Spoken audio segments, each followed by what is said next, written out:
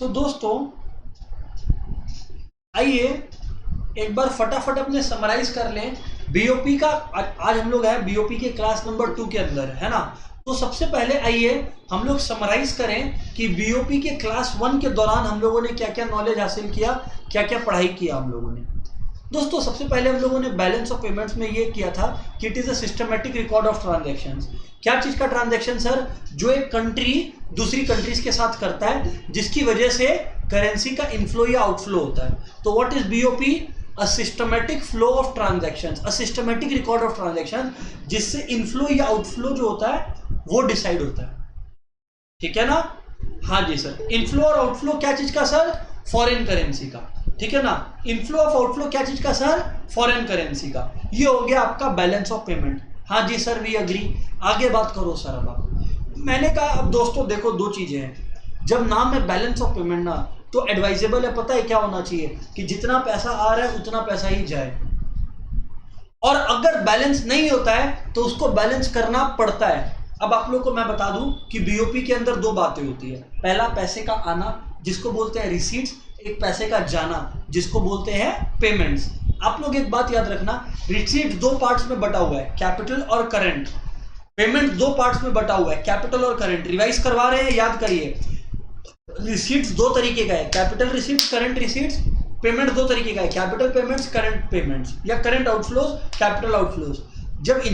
जब इनफ्लोज या रिसीट्स का बात करते हैं और उसको बोलते हैं कैपिटल, तब कैपिटल देखिए कोई भी शब्द में अगर कैपिटल लगा हुआ है तब याद रखिएगा, गवर्नमेंट बजट में भी बताया, यहां भी बता रहा हूं, इसका मतलब कैपिटल इन्वॉल्व है, मतलब कंट्री का असेट लायबिलिटी के साथ छेड़छाड़ हुआ है। अगर कैपिटल रिसीट है तो इसका मतलब क्या होता है कि क्या तो असेट बिका है, ध्यान से सुनना, असेट कम हुआ है मीन, या लायबिलिटी बढ़ा है। और वैसे ही कैपिटल पेमेंट है तो इसका मतलब कंट्री का असेट बढ़ा है या लायबिलिटी घटा है। हाँ जी सर, ये बात तो याद है।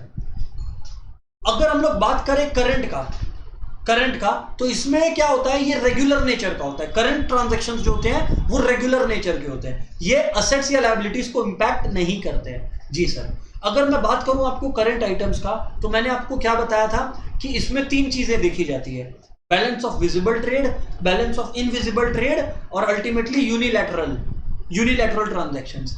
बैलेंस ऑफ विजिबल ट्रेड को बैलेंस ऑफ ट्रेड भी बोला जाता है। विजिबल मतलब गुड्स, इनविजिबल मतलब सर्विसेज, और यूनिलैटरल मतलब one sided transaction, gifts, donations, ये सब चीजें। ठीक है ना? हाँ सर। ये हो गया बैलेंस ऑफ करंट अकाउंट का बातचीत।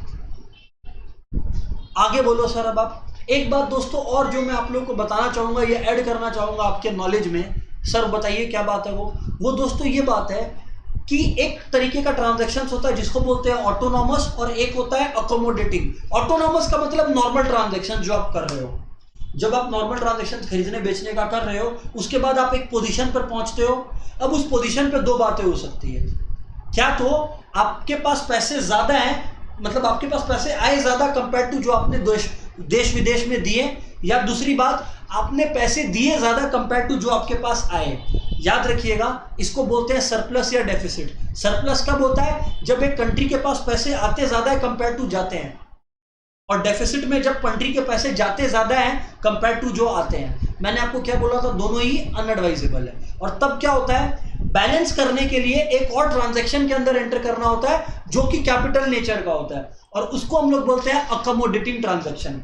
मान लो एग्जांपल के तौर पर मैं अगर आपको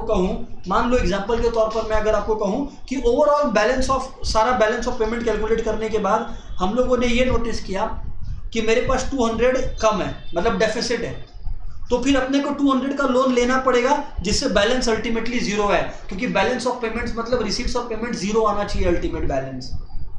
सो माय डियर फ्रेंड्स, ये जो प्लस 200 आ रहा है ना, ये आपको लोन लेना पड़ेगा, तो इसीलिए मैंने कहा ये कैपिटल ट्रांजैक्शन है। पर ये वो कैपिटल ट्रांजैक्शन है जो अकोमोडेटिंग नेचर का है। क्यों? क्योंकि बीओपी का बैलेंस को जीरो करने के लिए एंटर किया जा रहा है। वैसे ही अगर बीओपी सरप्लस 200 आए, बीओपी सरप्लस अगर 200 है, तो दोस्तों इसका मतलब है कि कंट्री को 200 किसी और कंट्री को लोन दे देना चाहिए। लोन दे भी देना मतलब एक असेट का क्रिएट होना, वो भी कैपिटल नेचर का है, और ये अकोमोडेटिंग ट्रांजैक्शन है। तो बीओपी का सरप्लस डेफिसिट कैलकुलेट करने के बाद जो ट्रांजैक्शन में एंटर करते हैं जिससे अल्टीमेटली स्क्वायर ऑफ कर दें, जीरो पे आ जाए, उस ट्रांजैक्शन को बोलते हैं अकोमोडेटिंग ट्रांजैक्शन। और always remember, accommodating transactions are what in nature, capital transactions in nature, क्योंकि इसमें क्या तो आप लोन ले रहे होते हो या लोन दे रहे होते हो, तो मतलब असेट या लायबिलिटी इंपैक्ट हो रहा होता है। दोस्तों ये था quick but effective I think summary of the class 1 of balance of payments. क्या आप लोग सब मेरे साथ है, क्या अग्री करते हो क्या दोस्तों? यो और नो बताओ ना। हाँ जी सर, ये मैंने दोस्तों अभी तक क्या किया है, समराइज किया है, रिवाइज करवाया है of what ever was taught in the balance of payments का क्लास नंबर 1, है ना जी? हाँ जी सर। अब जो है मैं आपसे क्या बात कर रहा हूं, डिसइक्विलिब्रियम के बारे में। सर जी डिसइक्विलिब्रियम क्या होता है? दोस्तों डिसइक्विलिब्रियम एक ऐसा सिचुएशन होता है जहां पे इक्विलिब्रियम नहीं होता। सर क्या कमाल का जोक मारे आप। देखो रिसीट्स और पेमेंट्स मतलब इक्विलिब्रियम, मतलब बैलेंस ऑफ पेमेंट्स, है ना जी? तो साहब अगर रिसीट्स और पेमेंट्स इक्वल नहीं है तो इसका मतलब डिसइक्विलिब्रियम। और वो दो केसेस में ही हो सकता है, जब आपका बीओपी सरप्लस हो या बीओपी डेफिसिट हो। तो सर हम लोग अभी पढ़ने क्या वाले हैं, हम लोग पढ़ने वाले हैं कि ये डिसइक्विलिब्रियम क्यों होता है, इसको करेक्ट कैसे किया जा सकता है ना? यही दो मेन बातें हैं जो हमारे को इस टॉपिक से करनी बची है। फिर हम लोग फॉरेन एक्सचेंज की दुनिया में जाएंगे, ठीक है ना जी? सो डिसइक्विलिब्रियम का मतलब क्या होता है, जब सरप्लस हो या डेफिसिट हो, ठीक है ना? और जब भी डिसइक्विलिब्रियम होता है तो क्या ट्रांजैक्शन में एंटर करना पड़ता है, अकोमोडेटिंग ट्रांजैक्शन में, जिससे डिसइक्विलिब्रियम को काट सके, है ना जी? आइए अब बात करते हैं। देखो डिसइक्विलिब्रियम भी अब दो तरीके का होता है, एक एडवर्स और एक फेवरेबल। हम लोग का मेन कंसर्न एडवर्स है। एडवर्स मतलब जब आप लोग जो हो, जब हम लोग जो है डेफिसिट वाले सिनेरियो में फंस जाते हैं, मतलब हम लोग बाहर से खरीद लेते हैं ज्यादा का सामान कंपेयर टू जो बाहर पैसे जाते हैं, मतलब बेसिकली हमारे पैसे बाहर ज्यादा गए कंपेयर टू जो पैसे हमारे पास कंट्री के अंदर हैं। Our outflow of money was greater than our inflow of money, that is the case of adverse disequilibrium. और सिंपली स्पीकिंग बीओपी डेफिसिट। अब दोस्तों हम लोग इसको ना तीन कॉजेस के अंदर एनालाइज करने वाले हैं, इकोनॉमिक, सोशल और पॉलिटिकल। इकोनॉमिक, सोशल और पॉलिटिकल याद रखिएगा, मैटर ऑफ कंसर्न सिलेबस के अनुसार हमारा एडवर्स डिसइक्विलिब्रियम है, फेवरेबल का इतना ज्यादा कंसर्न नहीं है, ठीक है ना जी? हाँ सर। तो सबसे पहले सर इकोनॉमिक फैक्टर्स के बारे में बात करो। दोस्तों यहां पर जो है इकोनॉमिक फैक्टर्स दो है जो रिस्पॉन्सिबल है हमारे एडवर्स डिसइक्विलिब्रियम के लिए। फिर से हम लोग दोस्तों अभी पढ़ रहे हैं कि बीओपी डेफिसिट का क्या कारण है, एडवर्स डिसइक्विलिब्रियम का क्या कारण है। तीन, इकोनॉमिक, सोशल, पॉलिटिकल। इकोनॉमिक के अंदर हम लोग दो कारण पढ़ने वाले हैं। पहला कारण इकोनॉमिक के अंदर है large scale domestic development. Large scale development, domestic development है ना? हाँ सर। आज आप लोग समझो, हमारी कंट्री, हमारे स्टेट की सरकार बोलती है कि कोलकाता को या बंगाल को लंदन बनाएगा। तो भाई अगर तुम लंदन बनाएगा तो तुमको तो बाहर से सामान खरीदना पड़ेगा ना? हाँ जी सर, सामान खरीदना पड़ेगा। और हमारे यहाँ पर बन रहे हैं ब्रिजेस, ठीक है ना? आपके यहाँ पर ब्रिजेस बन रहे हैं या अलग अलग डेवलपमेंट प्रोजेक्ट्स हो रहे हैं, है ना? डोमेस्टिक डेवलपमेंट प्रोजेक्ट्स हो रहे हैं, तो आपको बाहर से प्रोडक्ट मंगाना पड़ेगा, इंपोर्ट करना पड़ेगा sir. It requires huge imports of capital goods, machine, technology. आज जितने मेट्रोज बने हैं मैं आपको बता दूं, उसमें कहीं ना कहीं इन्वॉल्वमेंट था फॉरेन पार्टीज का। जैसे जापान, जो हमारा मेट्रो है इतना फेमस है, मैं आपको बता रहा हूँ कैलकाटा का इतना फेमस है, उसमें कहीं ना कहीं जापान का टेक्नोलॉजी इन्वॉल्व है। तो मैं यहाँ पर ये बोल रहा हूँ कि जब भी ऐसा कोई डेवलपमेंट प्रोजेक्ट होता है, मशीनरी बाहर से खरीदी जाती है, और जब बाहर से खरीदोगे आप तो इंपोर्ट्स बढ़ेगा, इंपोर्ट्स बढ़ेगा मतलब आउटफ्लो ऑफ मनी बढ़ेगा, एंड हेंस डिसइक्विलिब्रियम। और आप देखिए एक डेवलपिंग कंट्री, आज जरूरत किसको है? एक डेवलप्ड कंट्री को जरूरत है क्या टेक्नोलॉजी का? नहीं, इतना ज्यादा नहीं है, एक डेवलपिंग कंट्री को है। तो एक डेवलपिंग कंट्री को इंपोर्ट्स पे रिलाई करना पड़ता है, hence resulting in adverse balance of payments या एडवर्स डिसइक्विलिब्रियम। तो पहला इकोनॉमिक फैक्टर है large scale domestic development project which requires huge reliance on imports. आज इंडिया में वो एक तो बन रहा है बुलेट ट्रेन, वो कहाँ का टेक्नोलॉजी है सर जी? जापान का टेक्नोलॉजी है।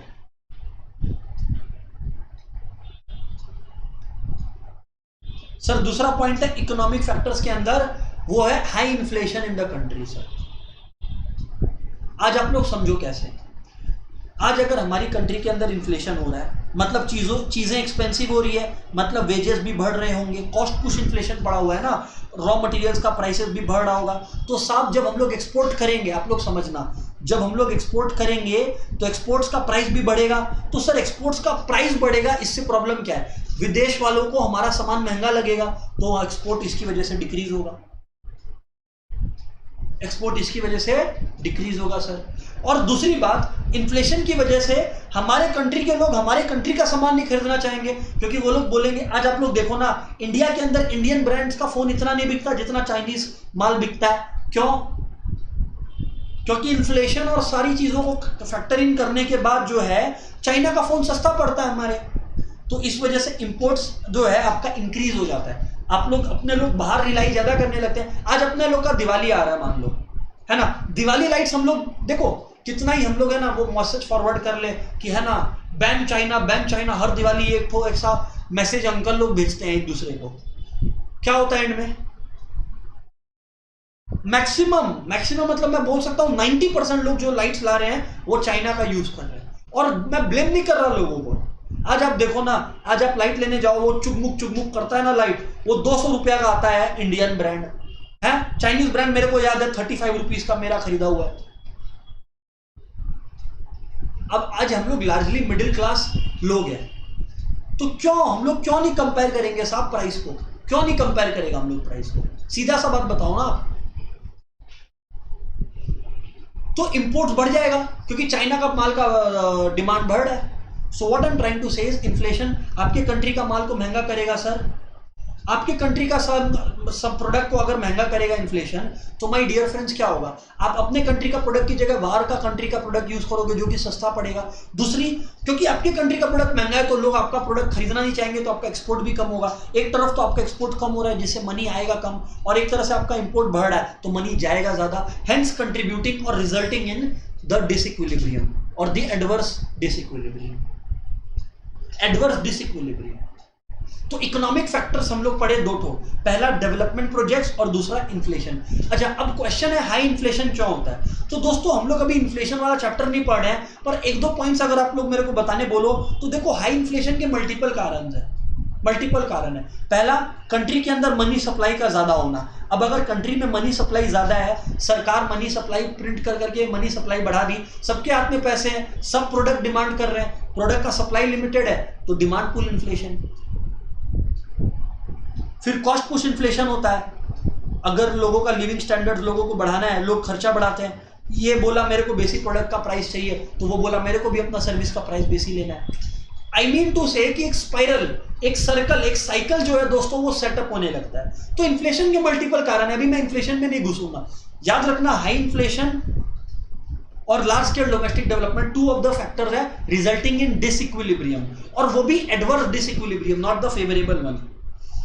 सर अब हम लोग बात करने वाले हैं सोशल फैक्टर्स के बारे में। सर आगे बताइए सर। सोशल फैक्टर्स में पहला है दोस्तों, सर ऐसा भी तो हो सकता है कि चाइना में डिफ्लेशन है इसलिए प्रोडक्ट कॉस्टली है।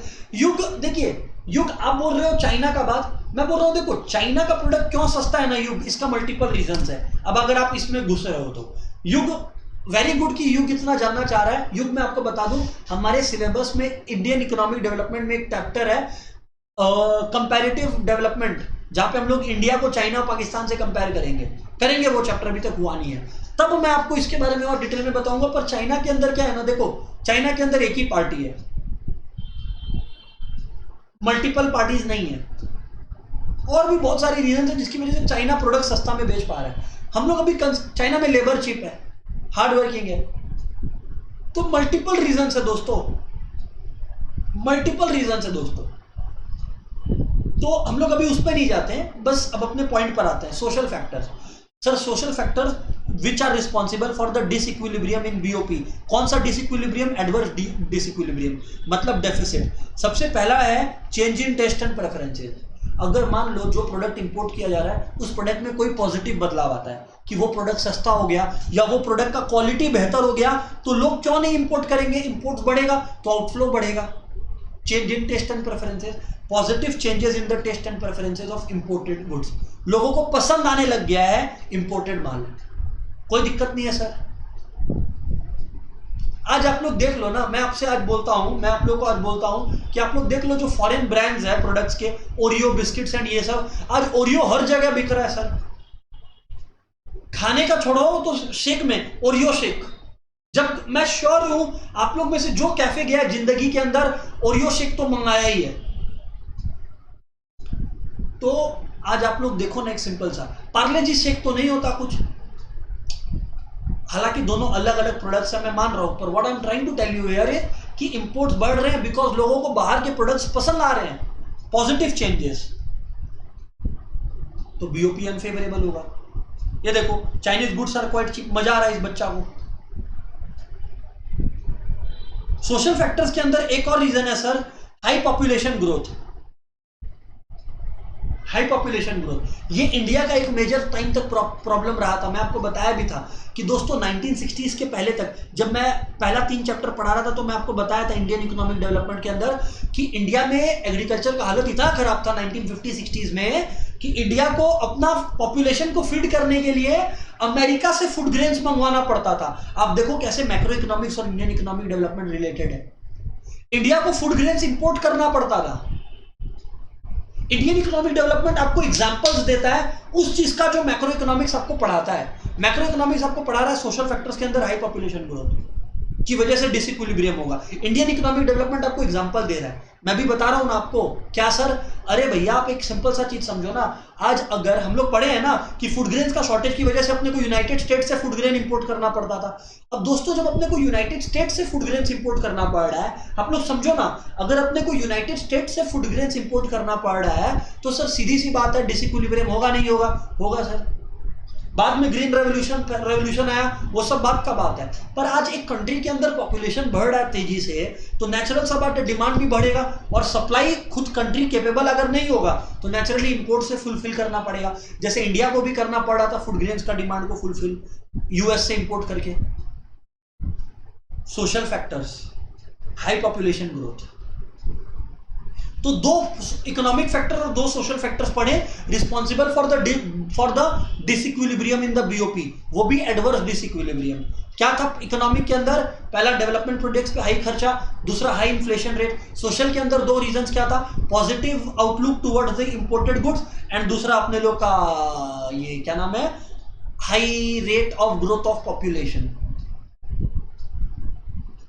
सर जी पॉलिटिकल फैक्टर्स, दोस्तों आपको पता है नेपाल और ये सब कंट्रीज में ना लास्ट 15 से 20 साल में, लास्ट 20 साल में नेपाल में 15 बार सरकार बदल गई है।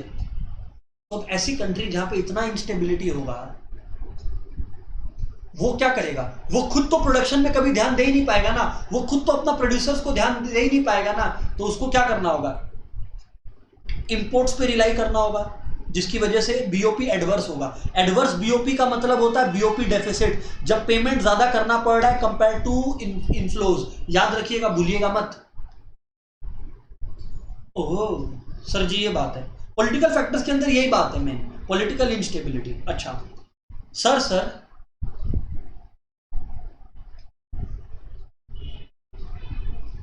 अभी देखिए ध्यान से सुनिएगा, आगे अगर हम लोग बात करें, तो देखिए युग पूछ रहा है कि सर कोई ऐसा फैक्टर है क्या जो इकोनॉमिक और सोशल दोनों?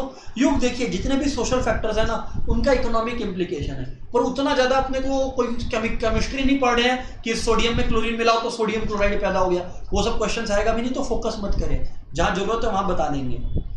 अभी फोकस करिए आप लोग।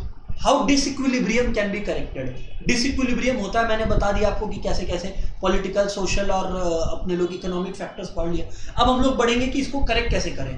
The answer is ride, RIDE, ride पे चलो। सर राइड पे चलो मतलब इन्फ्लेशन को रिड्यूस करो, क्योंकि हाई इन्फ्लेशन की वजह से तुम्हारा प्रोडक्ट महंगा हुआ। देखो ना, रिलेट करो ना आप लोग, कितना सिंपल बात है, कितना सिंपल बात है। आप लोग देखो, हम लोग डिटेल में पढ़ने वाले हैं, पर कितना सिंपल लॉजिक है। एडवर्स डिसइक्विलिब्रियम को करेक्ट करने का सिंपल तरीका, वो क्या? पहला इन्फ्लेशन को रिड्यूस करो। भाई जब तुम इन्फ्लेशन को रिड्यूस करोगे, तुम्हारे कंट्री में प्रोडक्ट सस्ता होगा, तुम्हारी कंट्री में प्रोडक्ट सस्ता होगा तो तुम्हारे कंट्री में लोग तुमसे खरीदेंगे, इंपोर्ट नहीं करेंगे, पहली बात तो उससे आउटफ्लो कम हुआ। दूसरा, तुम्हारी कंट्री में प्रोडक्ट सस्ता होगा तो बाहर वाले तुमसे खरीदेंगे, तो एक्सपोर्ट होगा, जिससे इनफ्लो बढ़ेगा। तो इनफ्लो भी बढ़ रहा है और आउटफ्लो भी कम हो रहा है। दूसरा, ये सरकारें करती है वो है इंपोर्ट रेस्ट्रिक्शन। सरकार कोटा लगा देती है कि इतना क्वांटिटी से ज्यादा तुम इंपोर्ट कर ही नहीं सकते। एलपीजी को याद करो, मैंने आप लोग को सिखाया था 1990s तक कोटा लगा हुआ था कि इससे ज्यादा क्वांटिटी रेस्ट्रिक्ट ही नहीं कर सकते। या टैरिफ लगा देगा, इंपोर्ट ड्यूटी, प्रोडक्ट इंपोर्ट करने पर 100% टैक्स रेट, तो इंपोर्ट रेस्ट्रिक्शंस हो सकता है सर। और दूसरा हो सकता है एक्सपोर्ट प्रमोशन। एक्सपोर्ट प्रमोशन बोले तो सर, एक्सपोर्ट प्रमोशन मतलब सरकार ये बोल सकती है कि हमारे यहाँ के जो भी प्रोड्यूसर विदेश में माल बेचेंगे उससे कोई टैक्स नहीं लेंगे। तो इससे प्रोड्यूसर लोग को जोश आएगा कि हम लोग कैसे भी करके ना फॉरेन में अपना प्रोडक्ट बेचने का कोशिश करें। तो sir these are also some of the points which are you know which how somehow matter sir. आगे बात करो सर। आर हो गया सर जी, आई हो गया, नेक्स्ट है डी और ई, डेप्रिसिएशन, और नेक्स्ट हो गया एक्सचेंज कंट्रोल। सर जी डेप्रिसिएशन और डिवैल्यूएशन किस चीज का sir? Of the foreign exchange, of the foreign exchange, foreign currency का डिप्रिसिएशन या डिवैल्यूएशन। सर जरा इसको समझाइए प्लीज, सर जरा इसको समझाइए प्लीज। डेप्रिसिएशन और डिवैल्यूएशन, अगर मैं बात करूं आपसे डेप्रिसिएशन और डिवैल्यूएशन का, तो दोस्तों इसमें क्या है? डेप्रिसिएशन का मतलब है अपने कंट्री का करेंसी का वैल्यू कम करना। सर कोई भी सरकार ऐसा क्यों करेगी? जिससे आपका कंट्री का प्रोडक्ट सस्ता हो जाए, क्योंकि फॉरेनर्स तो आपका करेंसी खरीदेंगे ना, आपसे प्रोडक्ट खरीदने से पहले आपका करेंसी सस्ता, तो उनको आपका प्रोडक्ट सस्ता लगेगा, तो आपका एक्सपोर्ट बढ़ेगा। एग्जाम्पल दूंगा, अभी खाली फील करने वाला बात है। और एक एक्सचेंज कंट्रोल, आइए अब हम लोग इनके बारे में पढ़ें। देखिए पहला क्या था? Restrict imports. इंपोर्ट्स कैसे रिस्ट्रिक्ट कर सकते हैं? कोटा के थ्रू या टैरिफ के थ्रू। और एक्सपोर्ट को कैसे बढ़ा सकते हैं? टैक्स बेनिफिट स्कीम्स को देकर। सीधी सी बात है, बता दिया मैंने आपको। डेप्रिसिएशन और डिवैल्यूएशन, ये देखो इसका एग्जांपल आपको अभी वापस से समझाते हैं। अगर एक कंट्री की गवर्नमेंट अपना करेंसी को डेप्रिशिएट या डिवैल्यू करे, तो इससे कंट्री का क्या फायदा, इंडिया का क्या फायदा? मैं बोला देखो, मान लीजिए कि इंडिया में एक प्रोडक्ट है जो 1000 रुपीज का मिलता है, ठीक है ना। आज मान लीजिए $1 50 रुपीज चल रहा है, तो यानी कि 1 रुपया कितना डॉलर हुआ? 1/50। सर जी 1/50 हुआ ना? हाँ जी सर 1/50 हुआ। तो अगर आप लोग देखोगे तो 1 रुपी इक्वल्स टू $0.01 हुआ, ठीक है ना। हाँ जी सर, 1 रुपया जो है वो $0.01 हुआ। अब आप लोग समझो, अगर एक प्रोडक्ट 1000 रुपीज का इंडिया में और कोई अमेरिकन को खरीदना है, तो उसको पहले रुपया खरीदना होगा 1000 रुपया, तो 1000 रुपया उसके लिए कितना कीमत रखेगा? $0.01, 0.01 इंटू 1000, 0.01 इंटू 1000 अगर आप लोग करोगे तो आप लोगों का क्या कैलकुलेशन आएगा? 2 जीरोस खत्म हो गया, तो आपका आएगा $10। मतलब वो अमेरिकन के लिए इंडियन प्रोडक्ट का दाम हुआ $10। अब मान लीजिए अमेरिका में वो प्रोडक्ट $1 का मिल रहा है, तो वो इंडिया से नहीं लेगा। अब डिवैल्यूएशन से गेम कैसे चेंज होगा ये देखिए। हमारी सरकार क्या करती है, $1 को 50 था ना। एक बार कैलकुलेशन सिंप्लिसिटी के लिए, इतना ज्यादा कोई करता नहीं है, पर कैलकुलेशन सिंप्लिसिटी के लिए बोल रहा हूं, सरकार ने कर दिया मानो। अच्छा यहां पर मैंने कैलकुलेशन में एरर किया है, ये 1/50 जब मैंने किया तो ये 0.02 होगा, प्लीज चेक इट, है ना। यहाँ पर एक कैलकुलेशन एरर है दोस्तों, ठीक है ना। 1/50 मैंने जब किया तो ये 2 में आएगा, not in terms of that, है ना जी। तो 0.02 होगा, तो यानी कि द प्रोडक्ट इज वर्थ $20। पर अब आप लोग सुनना, और अगर वो प्रोडक्ट, सुनिए, वही प्रोडक्ट जो हम लोग के इंडिया से उसको $20 का लेना पड़ रहा है, मान लीजिए अमेरिका में वो प्रोडक्ट उसको मिल रहा है लेट्स से फॉर $15, तो वो अमेरिकन प्रोडक्ट ही खरीदना चाहेगा। पर अब आप लोग सुनना, हमारी सरकार क्या करती है, $1 को 100 रुपया कर देती है। इससे क्या हुआ? डॉलर का इज्जत बढ़ गया, रुपया का इज्जत कम हुआ, इसको बोलते हैं डिवैल्यूएशन। अब 1 रुपया कितना हो गया? 1/100, यानी कि $0.01।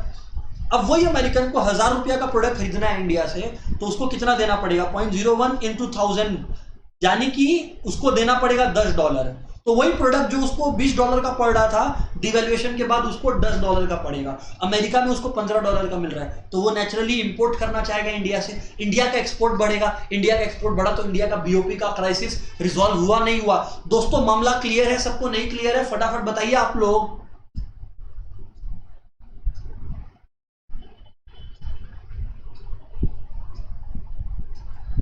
हाँ जी सर जी, बात क्लियर है सर जी। Okay okay okay okay.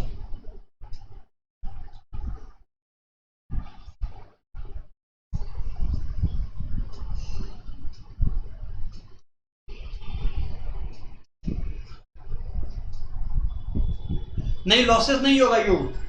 Main है कि जब बीओपी क्राइसिस में आप फंसते हो तो कंट्री का लॉसेस का चिंता नहीं करते हो, पहले आप डिसइक्विलिब्रियम को ठीक करने की कोशिश करते हो। Reducing inflation, reduction in domestic prices will, क्या होगा अब जब डोमेस्टिकली प्राइसेस कम होंगी तो लोग एक्सपोर्ट ज्यादा करेंगे, क्योंकि लोग हमारा प्रोडक्ट को खरीदना चाहेंगे ना, हमारा प्रोडक्ट सस्ता है तो। सर बात सही है। और जो है इंपोर्टर्स लोग हैं वो लोग भी इंपोर्ट नहीं करना चाहेंगे, बोलेंगे हमारी कंट्री में प्रोडक्ट सस्ता मिल रहा है तो हम लोग काहे को इंपोर्ट करें विदेश से। सर जी बात तो सही है सर जी। और फाइनली एक्सचेंज कंट्रोल, अब आप लोग समझ रहे हैं ये कर सकती है गवर्नमेंट। देखो आज एक्सचेंज कंट्रोल मतलब क्या होता है, आप लोग समझो कि ये फॉरेन करेंसी होता किसके पास है, फॉरेन करेंसी होता है एक्सपोर्टर के पास, क्योंकि वो लोग प्रोडक्ट बेचते हैं तो उनके पास फॉरेन पेमेंट आता है। सरकार क्या बोलती है सारे एक्सपोर्टर्स को कि सेंट्रल बैंक यानी कि आरबीआई के पास आके सरेंडर कर दो अपना फॉरेन एक्सचेंज। अब आरबीआई क्या करती है, फॉरेन एक्सचेंज आरबीआई के पास है, अब आरबीआई को जब कंट्रोल करना है तो वो इंपोर्ट्स कंट्रोल करने के लिए क्या करेगी, आप इंपोर्ट तो तब कर पाओगे जब आरबीआई आपको फॉरेन करेंसी दे इंपोर्ट करने के लिए। अग्रीड, हाँ जी सर अग्रीड। अब आरबीआई क्या करती है बहुत केयरफुली कुछ सिलेक्टेड लाइसेंस इंपोर्टर को ही फॉरेन करेंसी देती है जिससे इंपोर्ट्स कम ही हो। लाइसेंस ही सबको नहीं मिलेगा तो इंपोर्ट नहीं कर पाएंगे सब, क्योंकि इंपोर्ट करने के लिए लाइसेंस का दरकार होता है, तो ऑटोमेटिकली कंट्रोल हो गया ना बीओपी का क्राइसिस। माय डियर फ्रेंड्स ये थे कुछ पॉइंट्स जिससे हमारा बैलेंस ऑफ पेमेंट का डिस्कशन पूरा खत्म होता है। आप लोग समझ लो आप लोगों ने जो है इन 60 पेजेस में 60 टेम्पलेट्स में एक पूरा चैप्टर खत्म कर दिया है। अब हम लोग स्टार्ट करेंगे foreign exchange. BOP absolutely clear है ना दोस्तों, everybody what's it?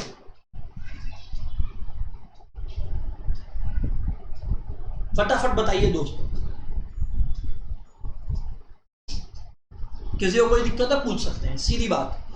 All right sir, तो जैसा मुझे समझ में आ रहा है कि आप लोग सभी को डिस्कशन क्लियर है ना? हाँ जी सर सभी को क्लियर है ना? अब दोस्तों हम लोग बात करने वाले हैं फॉरेन एक्सचेंज के बारे में, ठीक है ना? इसमें तो आप लोगों को पता ही है क्या हुआ एक्सचेंज कंट्रोल में। एक्सचेंज कंट्रोल में बेसिकली गवर्नमेंट ने क्या किया, एक्सपोर्टर्स, क्योंकि जो एक्सपोर्ट करते हैं उन्हीं के पास फॉरेन पेमेंट होता है, उनको बोलते हैं सेंट्रल बैंक आरबीआई के पास सारा पैसा जमा करवाओ फॉरेन करेंसी, मतलब यूएस डॉलर्स या दिनार जो भी आया। अब इंपोर्ट करने के लिए फॉरेन करेंसी चाहिए इंपोर्टर्स को, तो आरबीआई हर कोई को देता ही नहीं है इंपोर्ट लाइसेंस या करेंसी फॉरेन करेंसी, तो ऑटोमेटिकली कम हो गया इंपोर्ट्स। अब हम लोग बात करेंगे दोस्तों फॉरेन एक्सचेंज के बारे में। ये तो मैं आपको बता दूं वेरी वेरी इंटरेस्टिंग है, इंपॉर्टेंट के साथ साथ इंटरेस्टिंग टॉपिक है, सुनने और समझने का खेला है बस। और इस टॉपिक से आपका मैक्रो खत्म हो जाएगा दोस्तों। कॉन्ग्रेचुलेशन एवरीबॉडी, ठीक है ना? तो सुनते जाना बस बात को, सुनते जाना बस बात को। आप लोग बताइए सर, फॉरेन एक्सचेंज का सिंपल भाषा में मतलब है फॉरेन करेंसी। एक्सचेंज वर्ड का मतलब क्या होता है? आज सीधी सी बात है यार कि आज आपको अमेरिका से कुछ खरीदना है, आप अमेरिका में जाते हो घूमने के लिए, आपको अमेरिका से कुछ खरीदना है तो यार ऑब्वियस सा बात है आपको पेमेंट करना पड़ेगा इन टर्म्स ऑफ डॉलर्स, अगर आपको अमेरिका से कुछ खरीदना है तो। और अगर आपको इंडिया से कुछ खरीदना है तो आपको इंडिया में रुपीज में पेमेंट करना होगा। अगर आप एक इंडियन हो, आपको अमेरिका जाके खरीदना है कुछ, तो आपको नेसेसरीली डॉलर्स चाहिए होगा। तो फॉरेन एक्सचेंज का मतलब कितना डॉलर, आई मीन एक डॉलर के लिए आपको कितना रुपया देना पड़ेगा। क्या आपको पता है एक सरप्राइजिंग फैक्ट कि आज दोस्तों एक डॉलर जो है वो लगभग 75-76 के अराउंड है, रुपीस के अराउंड। पर जब इंडिपेंडेंस हुआ था हमारा, तब एक डॉलर और एक रुपया बराबर हुआ करता था। तो सर फिर ये एक्सचेंज रेट क्यों फ्लक्चुएट हुआ? डॉलर $1.75 मतलब $1.75 के बराबर कैसे हुआ? How did $1 become 75 rupees sir? अगर हम लोगों ने स्टार्ट ही सेम किया था, वही तो इस चैप्टर का जर्नी है, वही तो ये चैप्टर आपको सिखाएगा ना। सुनते जाइए बात। अभी मैंने आपको सिखाया फॉरेन एक्सचेंज का मतलब। फॉरेन एक्सचेंज का मतलब कि एक फॉरेन करेंसी को खरीदने के लिए आपको लोकल करेंसी कितना देना पड़ेगा, दैट्स द आइडिया। अब फॉरेन करेंसी बहुत सारे हैं, जापान ये सब में येन चल गया, चाइना में येन चलता है, ब्रिटेन में पाउंड चलता है, यूएसए में डॉलर चलता है, यूरोप में यूरो चलता है। तो फॉरेन करेंसी अलग अलग है, मल्टीपल है, दिनार्स है ना जी। हाँ जी सर।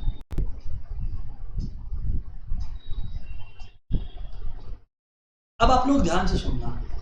अब आप लोग का एक क्वेश्चन आएगा कि सर मान लो मेरे को फॉरेन करेंसी चाहिए। आप लोग का एक क्वेश्चन आएगा कि सर मान लीजिए मेरे को एक फॉरेन करेंसी चाहिए। मैंने कहा ओके, तो सर मेरे को एक बात बताओ कि हम लोग को ये फॉरेन करेंसी कहाँ से मिलेगी। दोस्तों आपको जाना पड़ेगा फॉरेन एक्सचेंज मार्केट। आप लोग का क्वेश्चन है कि सर एक बात बताइए हम लोग को कहाँ से ये फॉरेन करेंसी मिलेगी।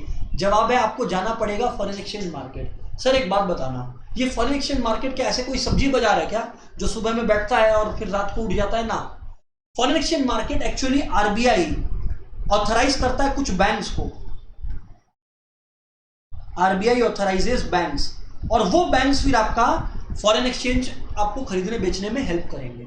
अगर मान लीजिए आप एक्सपोर्टर है, विदेश में माल बेचते हैं, आपको डॉलर में पेमेंट मिलता है, तो भी आपको ऑथराइज बैंक्स के थ्रू ट्रांजैक्शन एक्सचेंज करने का मौका मिलेगा। और अगर आप एक इंपोर्टर है तो भी सेम पिक्चर है। आपको ट्रैवल करना, आप टूरिस्ट हो तो भी आपको ऑथराइज बैंक के पास जाके ये कन्वर्जन करना पड़ेगा। ऑथराइज बैंक के पास जाकर आपको क्या करना पड़ेगा? कन्वर्जन करना पड़ेगा सर।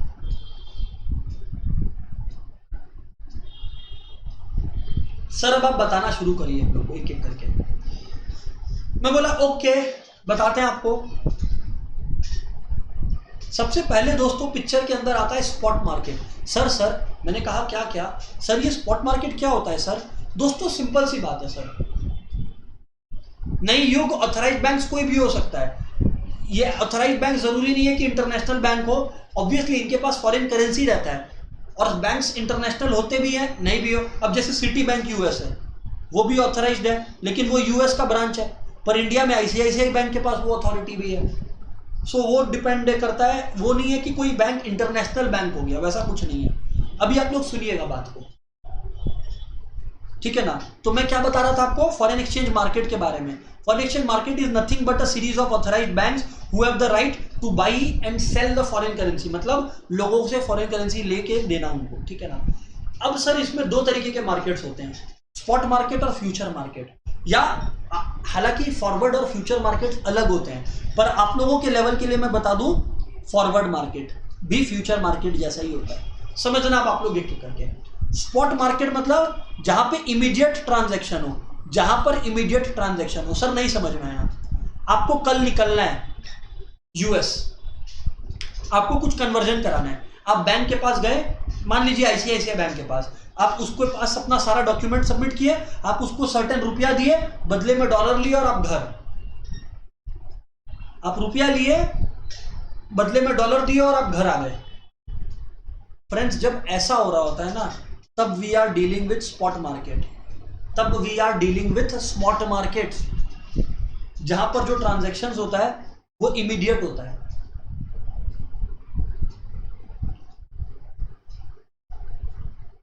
ये जो होता है वो डेली नेचर का ट्रांजैक्शन होता है, मतलब इमीडिएटली आप जो है फॉरेन एक्सचेंज का बाई एंड सेल किए, immediate buy and sell of forex, spot market. पर मैं अब आपको बताऊंगा फॉरवर्ड और फ्यूचर मार्केट के बारे में, जो ज्यादा मजा आएगा आपको सुन के और जो ज्यादा इंपॉर्टेंट है। दोस्तों मान लीजिए मैं एक एक्सपोर्टर हूं, है ना। एक्सपोर्टर मतलब जो विदेश में सामान बेचता है, ठीक है ना। हाँ जी सर। $1 मान लीजिए सिंप्लिसिटी के लिए 50 रुपीज है, ठीक है। हाँ जी सर, एक सिंप्लिसिटी के लिए बोला। मैंने जो है यूएस में एक प्रोडक्ट, मैं इंडियन हूं पर मैंने जो प्रोडक्ट सेल किया वो एक यूएस बायर को किया, यूएस इंपोर्टर को किया। अब यूएस इंपोर्टर मेरे को बोलता है कि वो मेरे को डॉलर में पेमेंट करेगा क्योंकि उसके कंट्री में डॉलर चलता है। अच्छा, प्रोडक्ट आज उसको गया है, पेमेंट वो करेगा 6 मंथ्स लेटर, 6 मंथ्स लेटर वो पेमेंट मेरे को 6 महीने बाद करेगा। अब दोस्तों मेरे को एक चीज का डर है, मुझे एक चीज का डर है क्योंकि वो मुझे 6 महीने बाद डॉलर में पेमेंट करेगा। मुझे बताइए चैट में कि मेरे को क्या चीज का डर लग रहा है, चैट बॉक्स में मेरे को सबको ही बताइए मुझे किस बात का डर है दोस्तों।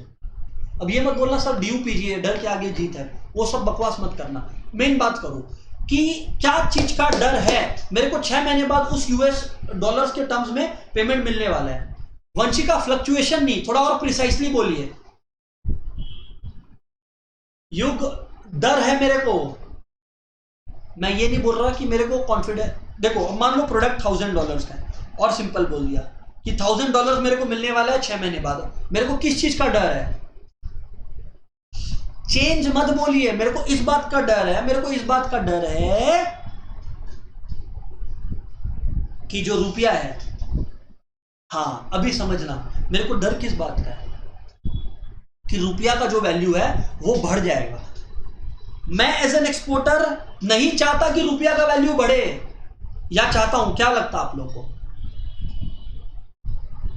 मैं नहीं चाहता, क्योंकि देखो मैं चाहता हूं, मेरे लिए अच्छा क्या है? मेरे लिए अच्छा है कि रुपया डेप्रिशिएट कर जाए, रुपया डिवैल्यू हो जाए, मतलब $1 60 रुपीज बन जाए, क्योंकि फिर मेरे को 1000 इंटू 60, वो तो मेरे को $1000 देगा, पर मैं अपने बैंक को जब दूंगा $1000 तो बैंक मुझे 60 इंटू 1000 60,000 देगा। मेरे को डर इस बात का है कि रुपया का इज्जत बढ़ ना जाए, मतलब रुपया अप्रिशिएट ना हो जाए, मतलब $1 40 रुपया ना हो जाए। वरना आज के डेट पर तो मेरे को 50,000 मिलता, पर 6 महीने बाद मेरे को 40,000 रुपया मिलेगा। हाँ सर, आपका डर तो समझ में आया। तो मेरे को डर किस चीज का है? मेरे को डर है रुपया के अप्रिशिएट होने का, रुपया के बढ़ने का।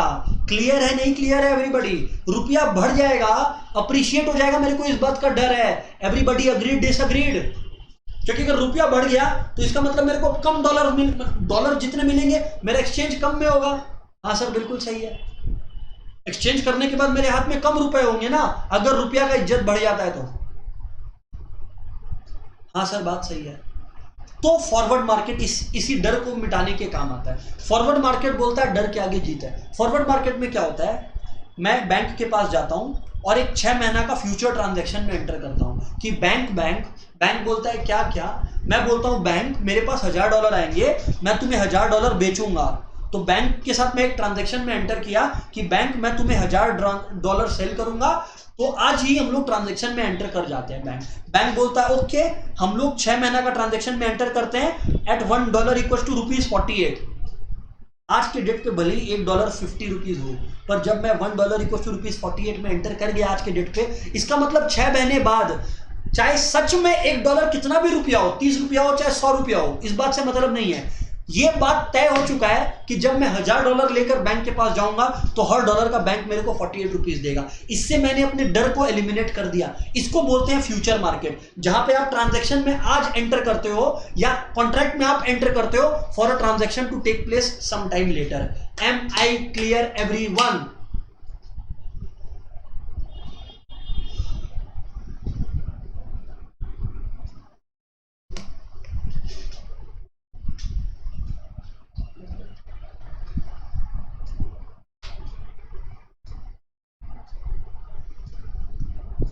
और अगर डिवैल्यू हो गया, मान लो फ्यूचर में $1 60 रुपया हो गया, तब भी अपने कुछ नहीं कर सकते, तब भी अपने लोग को एक्सेप्ट करना होगा। देखो फ्यूचर मार्केट या फॉरवर्ड मार्केट तुमको फायदा कराने के लिए नहीं बैठा है। अगर तुमको ये है कि हमको फायदा चाहिए तो तुम रिस्क भी लो, और अगर नहीं तुमको चाहिए कि भैया रिस्क नहीं चाहिए तो तुम फ्यूचर कॉन्ट्रैक्ट में एंटर कर जाओ, तब तुम बेनिफिट भी नहीं ले पाओगे कल को डॉलर डिवैल्यू हुआ तो दैट इज बट ऑब्वियस, ठीक है ना। तो my dear friends, foreign exchange market जो है, अब मैं आपको बता दूं 3 काम करता है, ओवरऑल 3 फंक्शंस परफॉर्म करता है। आप लोग समझ लीजिए बस इस बात को। फॉरेन एक्सचेंज मार्केट जो है दोस्तों, वो 3 मेजर फंक्शंस परफॉर्म करता है। आप लोग समझ लीजिए इस बात को। सर वो 3 फंक्शंस क्या क्या परफॉर्म करता है? पहला transfer function, credit function, hedging function. Sir समझ नहीं आया। इसका मतलब ट्रांसफर फंक्शन का मतलब, आज मेरे पास डॉलर है तो मैं इसको रुपये में कन्वर्ट कर सकता हूं, ट्रांसफर फंक्शन। एक कंट्री का करेंसी को दूसरे में ट्रांसफर करना। क्रेडिट फंक्शन, आज मान लीजिए मैं एक इंपोर्टर हूं, मुझे कुछ सामान खरीदना है तो मेरे को उधार चाहिए, तो मेरे को उधार भी मिलेगा in terms of foreign exchange, इसमें भी कोई प्रॉब्लम नहीं है। हेजिंग फंक्शन मतलब प्रोटेक्शन अगेंस्ट रिस्क। अभी जो ऊपर में एग्जांपल दिया कि मैं रिस्क के अगेंस्ट प्रोटेक्ट कर लिया खुद को, कैसे? Bye entering into a forward contract, bye entering into a forward exchange contract, that is called hedging. Hedging का मतलब होता है रिस्क को एलिमिनेट करना। अनसर्टेन रिस्क, ऑब्वियसली अनसर्टेन है, अनसर्टेन रिस्क को एलिमिनेट कर देना, दैट इज हेजिंग। और ये तीनों फायदे हैं जो हमें मिलते हैं एक फॉरेन एक्सचेंज मार्केट के अंदर। गाइस यहां तक सारी बातें क्रिस्टल क्लियर है सबको? तो मैं आगे बात करने का कोशिश करूंगा आप लोगों के साथ। फटाफट बताइए सर बात, फटाफट बताइए आप लोग। यहां तक एकदम क्लियर है ना आप लोगों को बात?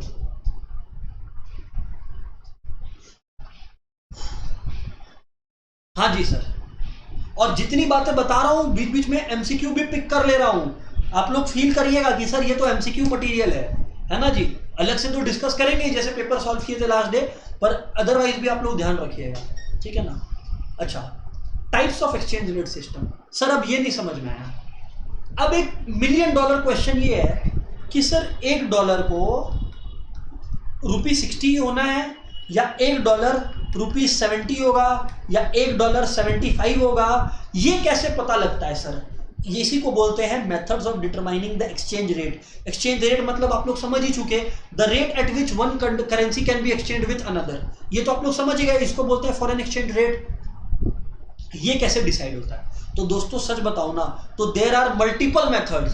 सच बता रहा हूं, बहुत सारे मेथड्स हैं, पर आप लोगों के सिलेबस में सिर्फ 3 है,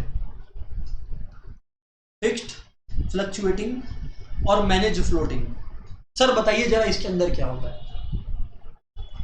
फिक्स्ड एक्सचेंज रेट सिस्टम है, इसका मतलब है कि कंट्री की गवर्नमेंट डिसाइड करती है, सीधा कंट्री की जो सेंट्रल गवर्नमेंट है वो डिसाइड करेगी कि $1 क्या होगा। पहले हमारी कंट्री में 1991 से पहले यही होता था, कंट्री ने कह दिया, कंट्री की गवर्नमेंट ने कह दिया $1 ₹50 तो बस ₹50, $1 ₹60 बोल दिया तो ₹60, बस खत्म। फ्लेक्सिबल एक्सचेंज रेट सिस्टम 91 के बाद आया हमारी कंट्री में। दोस्तों जैसे बोलते हैं ना market forces of demand and supply, आप लोग 11 में देखे हो डायग्राम, डिमांड और सप्लाई कर को इंटरसेक्ट करते हुए, वो होता है फ्लेक्सिबल एक्सचेंज रेट सिस्टम के अंदर। सर समझ नहीं आया कुछ? अभी फीलिंग देता हूं आपको उसका, रुकिए, रुक जाइए बस आप लोग।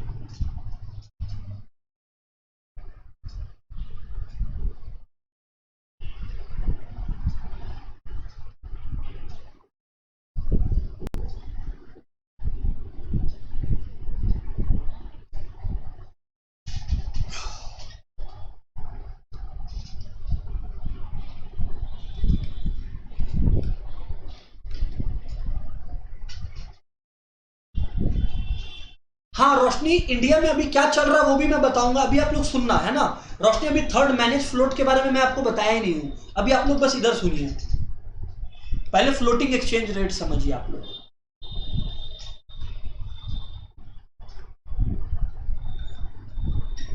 क्या चल रहा है रियल में वो सब बातें होंगी, चिंता ना करें। देखो मान लो दोस्तों मैंने एक बॉक्स बना दिया,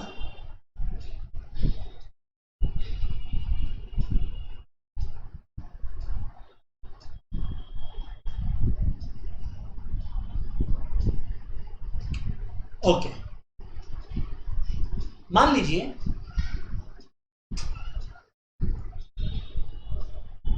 हम लोग यहां लिखते हैं रेट, रेट मतलब रेट ऑफ फॉरेन करेंसी है ना। यहां पर मैं दूसरा कलर यूज कर लेता हूं, रुक जाइए। जान मेरी जाने मन, बचपन का प्यार मेरा भूल नहीं जाना रे। अभी सुनो आप लोग, देखो ये हो गया रेट, ये हो गया डिमांड, और ये हो गया सप्लाई। जैसे किसी प्रोडक्ट के लिए, आम प्रोडक्ट के लिए होता है, वैसे ही आप लोग सोचना है ना। यहां पे डॉलर को ना, फॉरेन करेंसी डॉलर लेते हैं, और डॉलर को आप एक प्रोडक्ट की तरह समझो। जैसे बाजार में कोई प्रोडक्ट खरीद रहे हो आप, फ्रिज ऐसे करके कुछ, तो अगर मान लीजिए $1 ₹50 है, तो डिमांड है, इन टर्म्स ऑफ डॉलर्स ही बता रहा हूं, डिमांड है $5000 का, पर सप्लाई फिर $1000 का ही है। अगर बाजार में $1 ₹70 है, तो डिमांड है $7000 का। एक्चुअली डिमांड $7000 का नहीं है तब, क्योंकि बढ़ गया है, तो डिमांड सिर्फ $3000 का है, सप्लाई भी $3000 का ही है लगभग। और अगर $1 ₹100 हो जाता है, तो सप्लाई अवेलेबल है $5000 का, पर डिमांड है $1000 का ही। तो दोस्तों मार्केट में हमेशा एक लेवल होता है जहां पे आप लोग ये चीज फील किए हो क्लास 11 के अंदर, कि जब मार्केट का डिमांड और मार्केट का सप्लाई जो है ना एग्जैक्टली एक बराबर हो जाता है, ये बात आप लोग जानते हो कि मार्केट डिमांड और मार्केट सप्लाई एक बराबर हो जाता है। यहां पर इसको बोलते हैं दोस्तों market forces of demand and supply, इसको बोलते हैं market forces of demand and supply. यहां पर हम लोग बोलते हैं कि market forces of demand and supply जो है वो गेम खेल रहा है दोस्तों, मेरे प्यारे प्यारे दोस्तों। अच्छा, इसको बोलते हैं क्या floating exchange rate system sir? हाँ जी सर, इसको बोलते हैं फ्लोटिंग एक्सचेंज रेट सिस्टम, ठीक है ना। इसमें होता क्या है, जैसे मान लो $1 50 रुपया है, तो बाजार में लोग जो खरीदने वाले बैठे हैं ना, वो लोग खरीदने वाले 5000 लोग हैं, $5000 का डिमांड है। क्यों? क्योंकि डॉलर सस्ता है, सबको को डॉलर खरीदना है। पर सप्लाई करने वाला, जो लोग सप्लाई कर रहे हैं, चाहे हमारी कंट्री का गवर्नमेंट हो जिसके पास फॉरेन एक्सचेंज है, या यूएस गवर्नमेंट हो जिसके पास फॉरेन एक्सचेंज है, वो लोग सिर्फ $1000 ही सप्लाई करने को रेडी है। क्यों? क्योंकि वो लोग को पोसाएगा नहीं कि $1 के बदले आप 50 रुपया दो। क्योंकि आप समझो ना, आज लोग कौन सा कंट्री का करेंसी, कौन सा कंट्री के साथ ज्यादा ट्रांजेक्शन कर रहे हैं, उस कंट्री का करेंसी का डिमांड ज्यादा होगा ना। एक प्रोडक्ट की तरह सोचो, वैसे ही अगर $1 70 रुपया है, 70 रुपीज है, तो अब जब डॉलर का दाम बढ़ेगा तो डॉलर का डिमांड भी तो घटेगा ना दोस्तों। हाँ जी सर, डॉलर का डिमांड घटेगा, पर जो सप्लाई करने वाले हैं उनको खुशी मिलेगी। अपने पढ़े हैं कि प्राइस बढ़ता है तो सप्लाई बढ़ता है, सप्लाई बढ़ गया तो दोस्तों एक लेवल आता है, एक रेट डिसाइड होता है जहां पे डिमांड और सप्लाई जो है एक दूसरे के बराबर होता है। जैसे यहाँ पे देखो, डिमांड भी $3000 का, सप्लाई भी $3000 का बाजार में मतलब टोटल मार्केट का। तो देयरफॉर डिसाइड हो गया कि $1 जो है बाजार में 70 रुपीज में बिकेगा। That my dear friends is called the fluctuating exchange rate system। इसका अगर आप लोग को डायग्राम दिखाऊं तो डायग्राम कुछ इस प्रकार होता है। ये आप लोग देखे हुए हो 11 के अंदर, ठीक है ना। 11 का पूरा कंसेप्ट दोबारा तो पढ़ाया नहीं जाएगा। ये रहा, देखिए, ये होता है डिमांड कर्व, हाँ सर हमें याद है, और ये होता है सप्लाई कर्व, हाँ जी सर हमें याद है।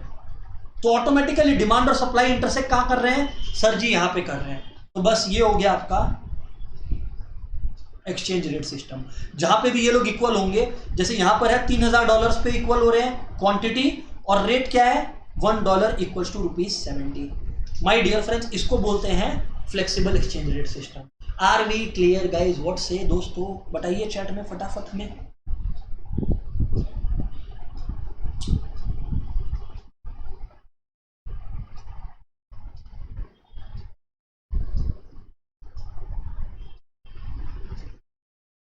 युग, आप क्या क्वेश्चन पूछ रहे हो आप? आई थिंक बेटा युग, आप थोड़ा सा नींद नहीं लियो, आप नींद ले लीजिए बेटा थोड़ा। युग, रेट बढ़ रहा है तो डिमांड बढ़ रहा है कि घट रहा है? मैं डिमांड घटाया ही तो हूं बेटा। आप बोल रहे हो कि डिमांड कहां से बढ़ेगा, मैं कब बोला डिमांड बढ़ेगा? रेट बढ़ रहा है तो डिमांड तो घटा ही रहा हूं मैं।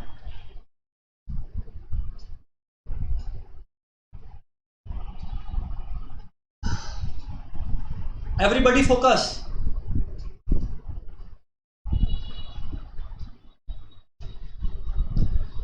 ध्यान से सुनिएगा।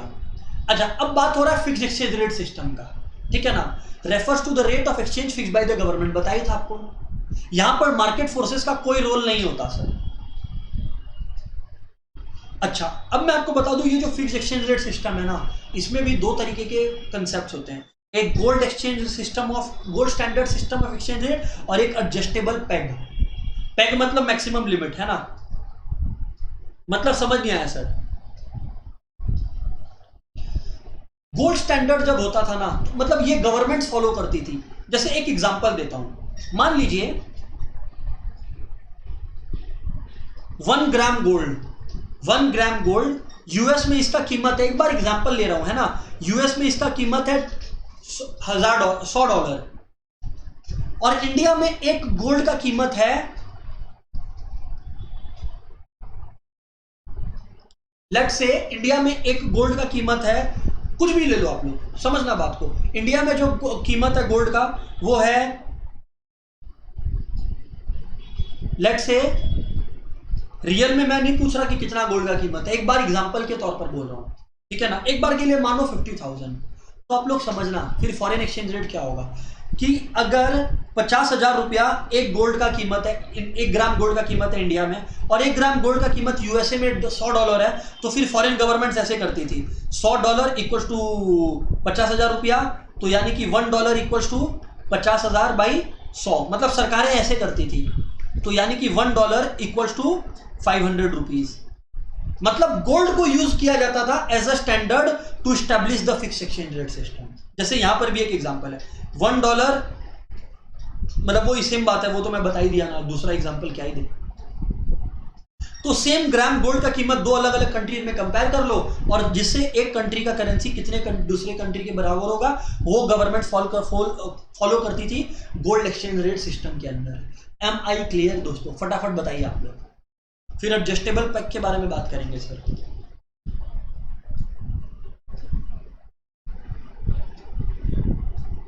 फटाफट बताइए सर, फटाफट बताइए दोस्तों, क्लियर है यहां तक बातें? हाँ जी सर। एक और है कंसेप्ट दोस्तों, एडजस्टेबल पैग।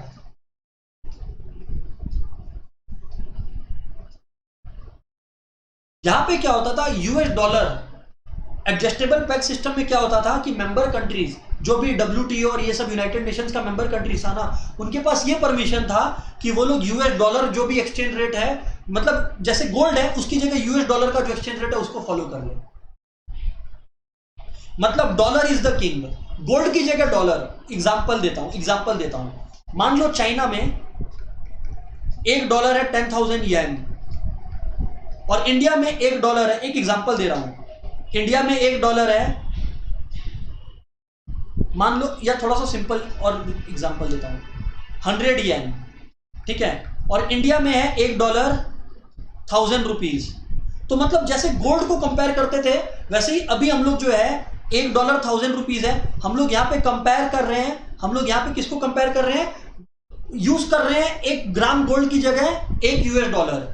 अब हम लोग चाइना और इंडिया का कंपेयर करेंगे, तो चाइना के हिसाब से चाइना का 100 येन जो है वो इंडिया का 1000 रुपया के बराबर है, क्योंकि दोनों में $1 का रेट ये है।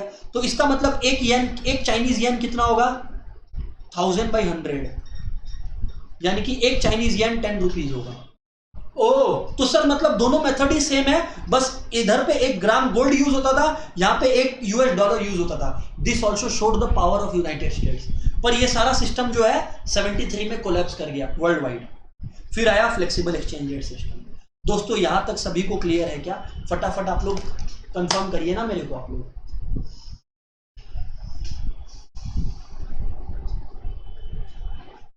हाँ जी सर जी। बस 1 ग्राम गोल्ड की जगह 1 यूएस डॉलर को कंपैरिजन यूज किया जाने लगा फॉर एडजस्टेबल पेग सिस्टम। ठीक है ना, ये था फिक्स तक का डिस्कशन। फ्लेक्सिबल भी मैंने आपको बताया या फ्लक्चुएटिंग भी मैंने आपको बताया। नेक्स्ट डे जो है चर्चा आगे करेंगे दोस्तों। आज का जो डिस्कशन है वो यहीं पर वाइंड अप करेंगे। टाटा एवरीबॉडी, रिवाइज करिएगा नेक्स्ट क्लास तक।